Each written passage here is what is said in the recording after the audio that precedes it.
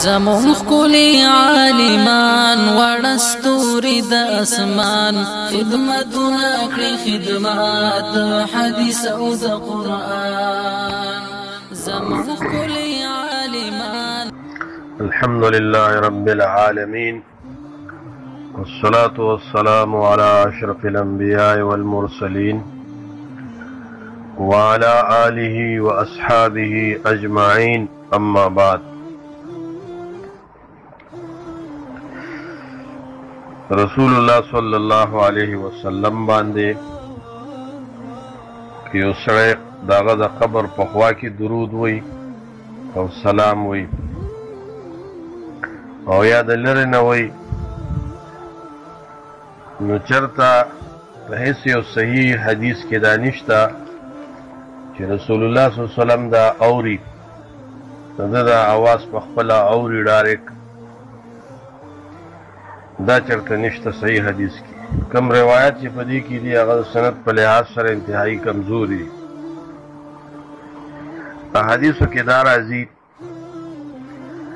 نبی صلی الله علیه وسلم د جمعې په ورځ باندې دې باره کې فرمایل چې په اکثروا علی من الصلاة فیه، ما باندې تاسو ډیر درود وایئ، ولی فإن صلاتکم معروضة علی، ستاسو دا درود په ما باندې پیش کولی شي.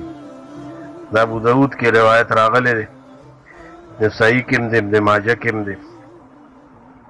ستاسو دا درود ما باندې پیش کولی شي، یعنی الله تعالی د ملائکو په ذریعه باندې ستاسو دا درود ما ته را رسوي. نو صحابه وی یا رسول الله وکیف تورزو صلاتنا علیک، زمونږ دا درود څنګه پتا باندې پیش کولی شي، حال دار چې ته په قبر کې ستا بدن به رجیدلی وي. نبی صلی الله علیه وسلم ورته وویل چې نه، ان الله حرم علی الارض ان تاکل اجساد الانبیاء، الله تعالی دا قبر په ځمکه باندې دا حرام کړي دي چې د پیغمبرانو د بدن جوسې او غوښې وخوري. د هغوی بدنونه په قبرونو کې دا روح پراته دي، د هغوی د بدنونو د کرامت او د عزت د وجې نه نو ملائکو په ذریعه باندې رب العالمین د انسانانو دا درودونه نبی صلی الله علیه وسلم ته پیش کوي. دا معنی نه ده چې رسول الله صلی الله علیه وسلم یې اوري. تکبل روایت کې راځي ان لله ملائکة سیاحین یبلغونی عن امتی السلام، ملائک دی الله مقرر کړي دی هغه ګرځي او دا ملائک ما ته زما د امت د خوانه سلام را لیږي را رسوي. دارنګې د ابو هريره رضی الله عنه هغه روایت چې دی چې ما من احد یسلم علی الا رد الله روح حتى رد علیه السلام.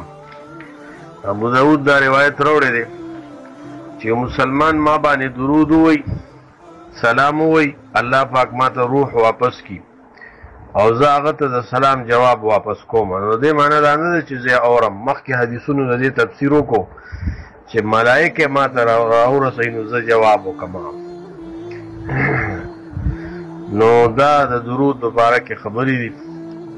نبی صلی الله علیه وسلم ته د ملائکو په ذریعه د انسانانو دا درود الله پاک رسوي او مونږ ته الله امر کړی چې یا ایها الذین آمنوا صلوا علیه وسلموا تسلیما، رسول الله باندې درود او سلام وایه. ډیر درود بیا ډیرې زیاتې فایدې دي چې هغه مخکې بعضې مونږ بیان کړي.